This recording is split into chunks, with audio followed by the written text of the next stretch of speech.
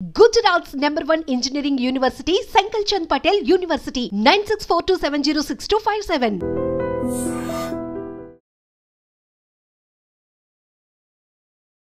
Hi hello నమస్తే welcome back to iDream media. So అమెరికాలో అయితే సిచ్యువేషన్ చాలా దారుణంగా మారుతూ ఉందండి. ఎందుకంటే H1 బిల్ మీద ఎవరైతే వర్క్ చేస్తూ ఉన్నారో వాళ్ళని కొన్ని టికెట్స్ రైజ్ చేసి, అంటే ట్రాఫిక్ టికెట్స్ అయి ఉండొచ్చు, చలాన్స్ అంటారు మనము, అలా డిఫరెంట్ టికెట్స్ అనేవి అక్కడ ఉంటూ ఉంటాయి. చేసింది ఏదైనా మిస్టేక్ జరిగితే దానికి సంబంధించి అలాంటివి చూపించి కూడా H1s వాళ్ళని మీ వీసా క్యాన్సిల్ అయింది, మీరు గో బ్యాక్ టు ఇండియా అని చెప్పేసి అంటున్నారని తెలుస్తూ ఉంది. సో దీనికి సంబంధించిన అప్డేట్స్ ఏంటో తెలుసుకుందాం. నమస్కారం. నమస్తే అండి. శ్రీలక్ష్మి గారు, రైట్ నౌ అమెరికాలో ట్రంప్ తీసుకునే డెసిషన్స్ అనేవి చాలా క్రూషియల్గా మారినాయి అనమాట.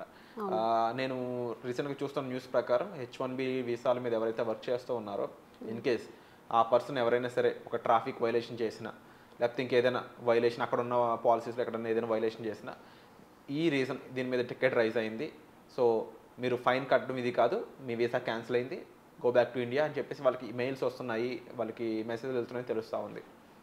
మరి వీళ్ళ పరిస్థితి ఏంటి, వీళ్ళ ఫ్యూచర్ ఏంటి? అవునండి, మీరు విన్నది అయితే కరెక్టే.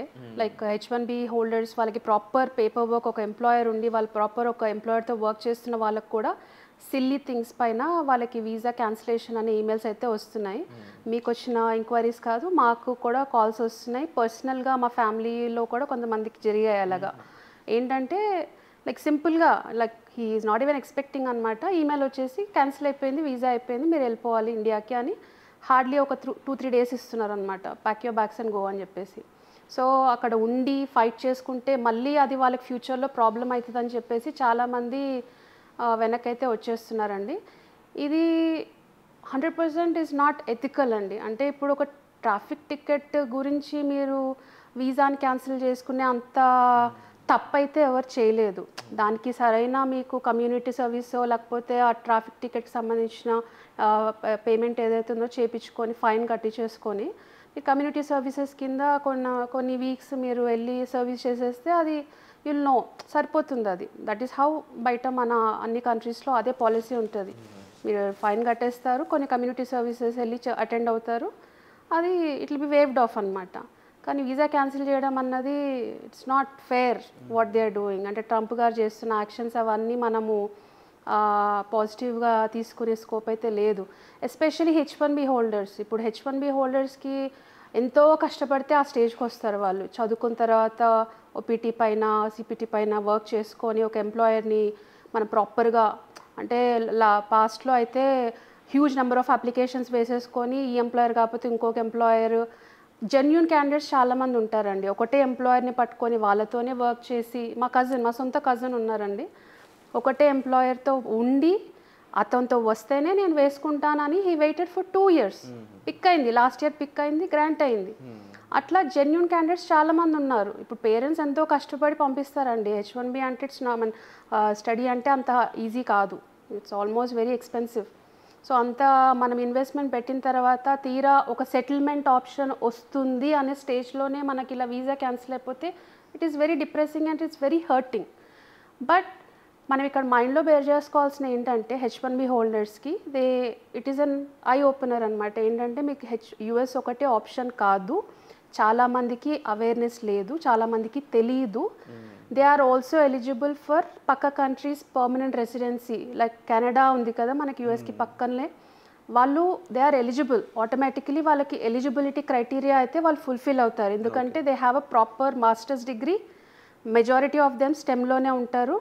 మన కెనడా పర్మనెంట్ రెసిడెన్సీకి ఏంటంటే స్టెమ్లోనే కాకుండా ఏ ఆక్యుపేషన్లో ఉన్నా కూడా ఒక ప్రాపర్ డిగ్రీ ఉంది మీ దగ్గర, masters or bachelors.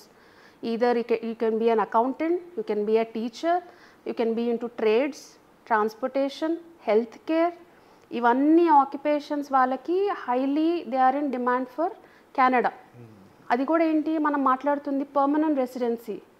What is the importance of permanent residency ఏంటి? ఆ పర్మనెంట్గా మీకు వస్తున్న వీసా ఆ కంట్రీ మీ age, education, work experience and English proficiency టెస్ట్ని బేస్ చేసుకొని మీరు ఒక పర్మనెంట్ రెసిడెన్సీ అప్లికేషన్ ఇస్తే మీకు finally you are getting a permanent visa. దాంట్లో పర్మనెంట్ వీసాలో మళ్ళీ ఇట్లా నీకు టికెట్ వచ్చింది లేకపోతే నువ్వు ఇంకేదో చేసేసావు అని చెప్పి క్యాన్సిలేషన్స్ చెయ్యరు. ఒకసారి any country if you take us an example, ఇంత హార్ష్ డెసిషన్స్ తీసుకొని మన వీసా రీవోక్ చేయడం, క్యాన్సిల్ చేయడం అనేది అయితే ఉండదండి. సింపుల్ ఎలిజిబిలిటీ క్రైటీరియా ఉంటుంది కెనడా పర్మనెంట్ రెసిడెన్సీ కానీ ఆస్ట్రేలియా పర్మనెంట్ రెసిడెన్సీ కానీ. ప్రాసెసింగ్ టైం, ప్రాసెసింగ్ కాస్ట్ కూడా, ప్రాసెసింగ్ టైం వచ్చి హార్డ్లీ కెనడాకి అయితే 1 year పడుతుంది and 1.5 year. The best part ఏంటంటే మీకు ఎంప్లాయర్ అవసరం లేదు. మీకు H1B లాగా ఇక్కడ ఎంప్లాయర్ ఎవరిని మీకు స్పాన్సర్ చేయాల్సిన అవసరం లేదు. అండ్ మీకు పేపర్ వర్క్ ఒక ఎంప్లాయర్ చూపించాల్సిన అవసరం లేదు. మీ సొంత డాక్యుమెంట్స్, మీ ఎడ్యుకేషన్, మీ వర్క్ ఎక్స్పీరియన్స్, మీ పాస్పోర్ట్, మీ ఇంగ్లీష్ ప్రొఫిషియన్సీ, ఇవన్నీ బేస్ చేసుకొని వాళ్ళు పెట్టిన కండిషన్స్కి మీరు ఎలిజిబుల్ అవుతున్నారు కాబట్టి చాలా ఈజీగా ప్రాసెస్ అయిపోతుంది. అంటే this is an alternate option.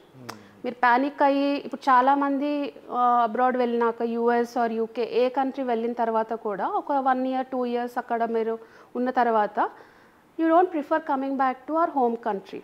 ఒకటి first of all lifestyle వాళ్ళది అక్కడ అడాప్ట్ అయిపోతారు కాబట్టి. అండ్ సెకండ్ థింగ్ వచ్చి ఇక్కడ వచ్చే ఇన్కమ్ వాళ్ళకి అంత లైక్ యూనో ఇక్కడ కూడా ఉన్నాయి ఆపర్చునిటీస్, ఇండియాలో లేవనట్లేదు. కానీ ఒక్కసారి if you adapted an other culture, other country, ఇక్కడ వచ్చి సస్టైన్ అవ్వడానికి వాళ్ళకి చాలా టైం పడుతుంది. దాని బదులు వీళ్ళు ఏంటంటే they can look for another country settlement option without risking anything. మీరు రిస్క్ ఏం చేయట్లేదు, ఇక్కడ డబ్బులు కూడా ఏం కట్టట్లేదు. హార్డ్లీ లైక్ పర్మనెంట్ రెసిడెన్సీకి మీరు ఫర్ ఎగ్జాంపుల్ నేను చెప్తున్నాను మీకు, హార్డ్లీ ఒక $3,000-4,000 మీ దగ్గర ఉన్నాయనంటే permanent residency if you fulfil these factors like age, education, experience, మీరు will get the permanent residency. ఇప్పుడు ఎగ్జాంపుల్ కెనడాలో ఏంటంటే మీరు ఒక 3 years Canada permanent residency complete చేశారనుకోండి, automatically you are eligible for citizenship. Citizenship వచ్చిన తర్వాత ఇంకా వాట్ ఎల్స్ యూ నీడ్. ఇప్పుడు మనకి USAలో H1B ఎవ్రీ 3-4 yearsకి 5 yearsకి మీరు రెన్యూ అవుతానే ఉండాలి. అది కూడా మీకు ఒక ఎంప్లాయర్ ఉండాలి. ఎంప్లాయర్ లేకపోతే మళ్ళీ అది కాదు. పేపర్ వర్క్ కరెక్ట్గా ఉండాలి, వేజ్ స్ట్రక్చర్ క్రైటీరియా మ్యాచ్ చేయాలి.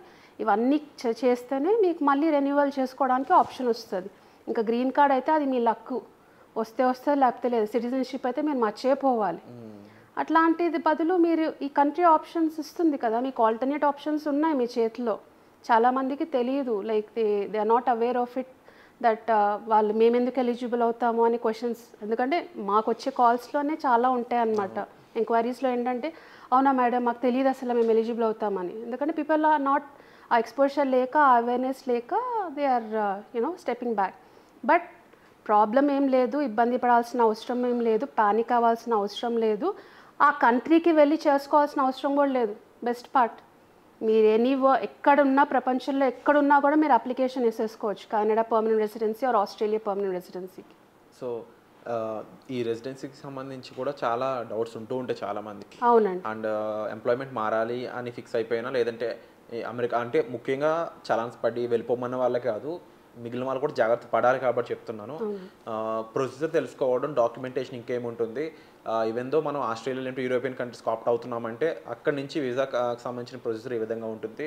మీరు ఒక ప్రొఫెషనల్స్ ద్వారా తెలుసుకోవడం బెస్ట్ అండి, బెటర్ దెన్ నార్మల్ పీపుల్ కంటే కూడా. సో దానికి సంబంధించి శ్రీలక్ష్మి గారు ఆల్రెడీ మీకు చాలా విషయాలు ప్రొవైడ్ చేస్తున్నారు పర్సనల్ అపాయింట్మెంట్స్ ద్వారా. మీరు కావాలనుకున్నట్లయితే డిస్ప్లే అవుతున్న నెంబర్స్ కాల్ చేసి డైరెక్ట్గా మ్యామ్ని మాట్లాడవచ్చు, ఈ ప్రొసీజర్ ఏ విధంగా ఉంటుంది, ఏం చేయాలి అనే దానిపై. సో ఈ ఎపిసోడ్ ఏమనిపించింది మీకు, దీనికి సంబంధించి మీకు ఏమి డౌట్స్ ఉన్నా సరే కామెంట్ సెక్షన్లో కూడా మెన్షన్ చేయండి. సో వచ్చే ఎపిసోడ్లో మళ్ళీ కలుద్దాం. Thank you so much. Thank you అండి.